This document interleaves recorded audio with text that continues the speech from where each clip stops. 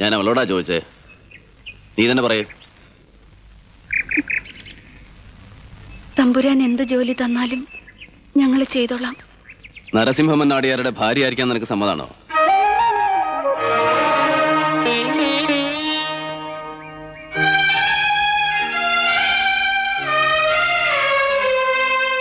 തമ്പുരാൻ എന്തായി പറയുന്നത്? അങ്ങയുടെ നിഴലറ്റത്ത് പോലും നിൽക്കാനുള്ള യോഗ്യത ഞങ്ങൾക്കില്ല. കുലവും ഗോത്രവും ഒന്നും ഞാൻ ചോദിച്ചില്ല. വിവാഹം തീരുമാനിച്ചത് മന്നാടിയാരാ. മൈഥിലിക്ക് എന്നെ ഇഷ്ടമാണെങ്കിൽ അടുത്ത ശുഭമുഹൂർത്തത്തിൽ കാമാക്ഷിപുരം ക്ഷേത്രത്തിൽ വെച്ച് അവൾ നരസിംഹ മന്നാടിയാരുടെ ഭാര്യയാവും.